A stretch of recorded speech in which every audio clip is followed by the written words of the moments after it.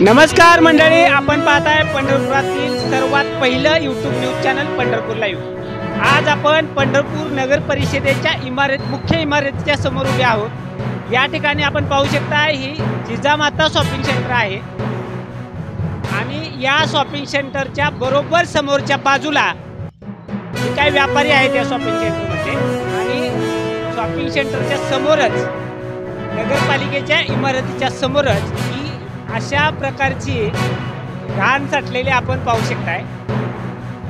गेल्या कित्येक वर्षापासून या ठिकाणचा कचरा नगरपालिकेने उचललेला नाही। या ठिकाणी गटाराचं पाणी सुद्धा साठलेलं दिसतंय। तर आपल्यासोबत येथील काही नागरिक आहेत, व्यापारी आहेत जिजामाता शॉपिंग सेंटरमध्ये। आपण त्यांच्याकडून जाणून घेऊया कशा पद्धतीनं नगरपालिकेचा भोंगळ कारभार या ठिकाणी चालू आहे।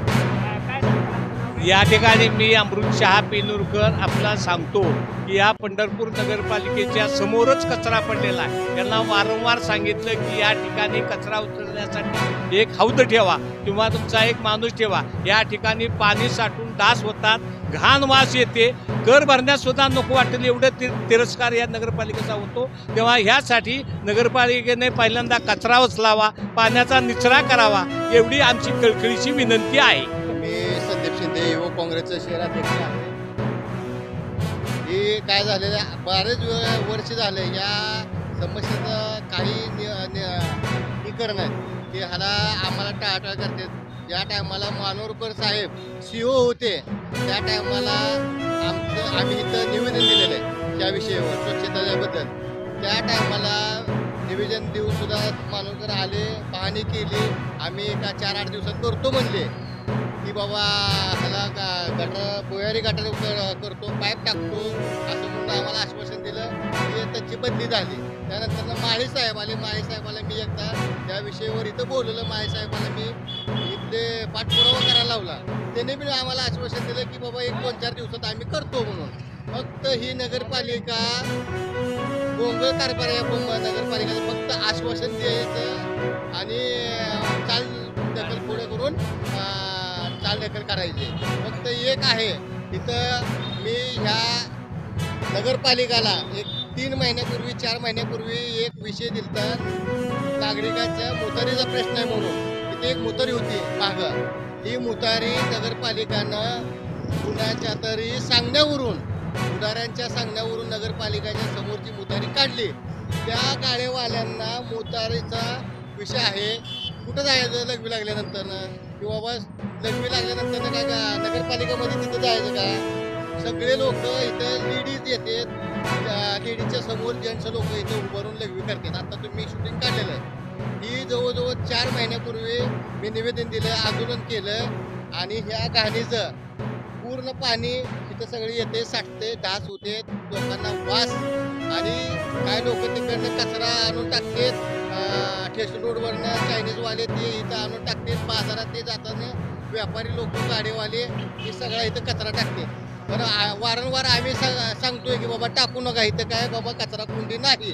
पण नगरपालिका पूर्ण गाळ वागते आणि त्याच्यावर दुर्लक्ष करते। आपण पाहू शकता या ठिकाणी या कोपऱ्यामध्ये एक मुतारी होती। ती मुतारी गेल्या बऱ्याच वर्षापासून बंद आहे आणि संपूर्ण नवी पेठेतील व्यापाऱ्यांना आणि येथे येणाऱ्या ग्राहकांना मुतारीची कुठलीही सोय नसल्यामुळं या ठिकाणी अशा पद्धतीने घाण साठलेली आहे। आपल्यासोबत येथे अजून काही व्यापारी आहेत, आपण त्यांच्याकडून जाणून घेऊया। वरून कवडर, मी पण इथला व्यापारीच आहे जिजामाता शॉपिंग सेंटरमधलाच। आमच्या बरोबर दुकानासमोर ही घाण चालू आहे। ते बरोबर कित्येक दिवस झालं सांगून कोणी ऐकत नाही। साहेबाला सांगितलं, इथं साहेब बरोबर येतात पण त्यांना सांगितलं त्यांनी फक्त दुर्लक्ष करतात, काहीसुद्धा काम करत नाही। नुसतं म्हणतात आज काढतो उद्या काढतो। एक माणूस ठेवलेला असतो ते फक्त संध्याकाळी येतं, फक्त थांबतं नॉर्मली, फक्त दुसरं काय सुद्धा करत नाही।